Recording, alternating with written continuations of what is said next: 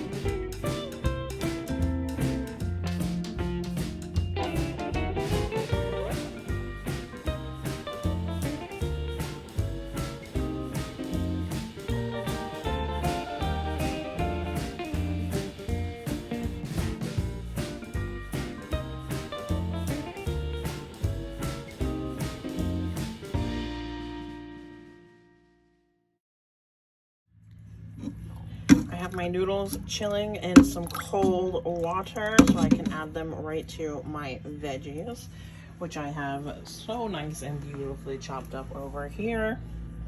My carrots, the pepper, the cabbage. I have my sauce. I am going to just combine all of this. Oh, it's gonna be so good. I've had this many times. I've been making this meal way before I started YouTube. Way before. Probably high school. It's one of my favorites. And at this point, I am just gonna let all these flavors become happy together. Pop my lid on this and throw it in the fridge.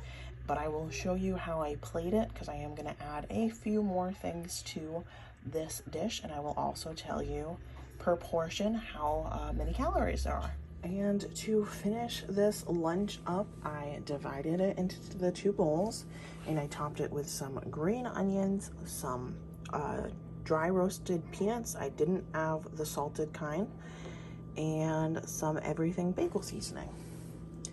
I am so excited to eat this. So this is what it looked like all plated up. And as promised, here is the calorie breakdown. The items that I have listed are the ones with calories: vinegar, water, you know, some of these things don't have calories. The hot sauce didn't, so I only wrote down the things that do. The amount of pasta that we used was 400 calories worth. The amount of the dried peanut butter we used, oops, sorry, jiggle in the camera, was 100. 130 of the sesame oil, 10 of the fish sauce, 140 of the soybeans, 160 of the crushed peanuts, and 80 for all of the veggies, the carrots, the pepper, the cabbage, and the green onions. All of that added up is 1,020. Divide that by 2 portions is 510. You could probably get 3 portions out of this for a lighter lunch if you wanted to, but a lot of the time I skip breakfast, so I normally have a beefier lunch. All right, friends, this one is super easy. Another great meal prep idea, or make it and then eat it right away like I'm going to. Well, half of it I'm going to eat, and the other half will be saved for a meal prep for the next day. Anyway, spaghetti squash, you're gonna chop it in half, throw it in the oven until it's all cooked and nice and stringy. Oh, and toddler hands. So chop it in half, put it in the oven until it's all cooked.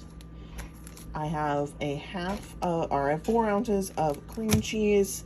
I have some turkey meatballs, which you could very easily do beef if you wanted to. You could even make them if you want to, but this is what I am doing. And some jarred sauce. Again, you could make it and it would taste even better, but like I said, I'm doing this because it's quick and easy. So the first step is roasting up our spaghetti squash. So I'm going to chop it and throw it in our oven, or my oven. All right, so these took about an hour at 400. Check it. You need to eyeball it because some of them are smaller and bigger than others. Mine's on the medium size. So about an hour, 400, until it's nice and soft. I just poked it with my tongs to tell. So I just kind of squeezed it and it was all set. You do have it face down though. I just flipped it over so that it could cool enough so that I can grab it. And if you've never used spaghetti squash, let me grab a fork and I'll show you how you get the meat out of it. Okay, so this is still scalding and I only have one hand, so you're gonna have to bear with me. But you're just gonna take a fork and you just kind of scrape it. And it is long and stringy, hence the name spaghetti squash. But you just kind of pull it off like so. Some people eat it in the, oops, I'm not showing you anything, sorry. Some people eat it in the shell. I do not. And just like it out on a plate. So I'm gonna do this and hold it with an oven mitt or my tongs. And then once I get enough of it out of here, I'll scoop it into my sauce. All right, so you can see I scraped it all down until you get to like the hard skin. You'll feel the difference when you're scraping it. So I'm all done with my fork. I put my very hot squash in here. in with the sauce. So I'm going to give this a good mix. I'm going to throw the cream cheese in here too, so it will soften and kind of become one with the tomato sauce. And then I need to also throw some seasonings on here for sure. Salt, pepper, onion powder, garlic powder, oregano, all of your basic Italian seasonings right in here, because right now there's nothing on that squash. So you have just sauce and plain squash. All right, so as I was scooping it out of the shell and mixing in the sauce, I realized that I had overcooked mine a little bit. So I would do more like 45 minutes at 400 for your spaghetti squash. Accidents happen, kids needed dinner, and it got away from me. So I overcooked mine, and I think I put a little bit too much sauce. So I realized that this is not the most beautiful plate of food, but I had a bite, and it is very delicious. So I recommend it. Don't eat with your eyeballs, eat with your belly. This is good. I know it doesn't look the best, but it is really, really tasty. And here is the calorie breakdown for each of the items that had calories that we used. So our sauce, the amount of sauce that we used was 270, which I would recommend using about a half a cup less than I did, but I'm showing you what I did. It was a little too saucy for my preference, so I'd only use 1 cup of the sauce, which would also bring down your calories. The meatballs was 240. The cream cheese was 280. The entire squash is 120 calories, which brings your total to 910 if you ate everything. But if you divided it into the 2 portions like I did, you had 455 calories per portion. If you wanted to, you could probably get like 3 portions out of it and have like another veggie with it, like green beans or something, or a piece of toast. But this is how I ate it, and that's the calorie breakdown for what I showed you. Holy smokes, guys. This is all the ingredients I think I need for this. I felt like there was a lot more ingredients than there normally is. I am making a lower calorie taco salad, so let's dive into this. I am using ground chicken instead of beef. To season it, I'm going to use some chili lime seasoning. If you don't have this, no big deal. You can just use some taco seasoning or really anything that you want, because there's going to be plenty of flavor everywhere else. So even if it's just salt and pepper, it will do the job. Substituting for sour cream is some plain non-fat Greek yogurt. I'm not sure if I'm going to need dressing, because there is kind of a lot of wetter ingredients going on this. So I have it out just in case if we do need it. But some salsa ranch, again, you could just add a lot of like cumin and chili powder into some ranch, and that would do really well for your taco salad. I have a can of corn, a can of black beans, a can of olives. I have some hot sauce, an avocado, some salsa, some green onions, iceberg lettuce, bell peppers. We have some cheese, chips, and I can't remember if I said green onions or not, but green onions. So this is everything that we need to get this taco salad going down. And the first thing that needs to happen is to get my chicken all cooked up. So I have this on medium-high heat. I'm just gonna let that get a good sear on that side before I chop it up, so that some of it is a little crispy. And I threw on my seasoning. And my next step is going to be just to chop up all of my veggies. I already had my bell pepper chopped up, but I'm gonna chop up the lettuce and get that in the bowl, chop up the green onions, and get my base ready to go. I'm gonna fold the laundry. My family is judging me because I decided to make lunch and not do the laundry. Cheese. Why don't you sit down so you can have lunch? Okay, so this, I figured you guys kind of knew how to make a taco salad. All of the ingredients, you're just kind of shoving it in a bowl. Read your labels so you know how much the portion sizes are. But we have our taco salads all ready to go. I'm not sure if we're going to need the salsa. I don't think I'm going to use the salsa ranch. I think I'm just going to put some hot sauce on mine. And then I did a little disassembled version for the ma'am. I think she's going to like it, but I don't think she would like it if it was like this. You know how kids can be. But here's our taco salads. Oh my goodness, was there a lot of ingredients in these taco salads. The chips was $1.30. I know this says cheese, but it was the chicken. I accidentally put those in the wrong spot, but it was $1.40 for the chicken and $90 for the cheese, $30 for the yogurt, which was the replacement for the sour cream, $10 for the salsa, $60 for the amount of avocado we used, $25 for the veggies, so the green onions, the lettuce, the peppers, $30 for the beans, $15 for the corn, $10 for the olives, which was $5.40 total.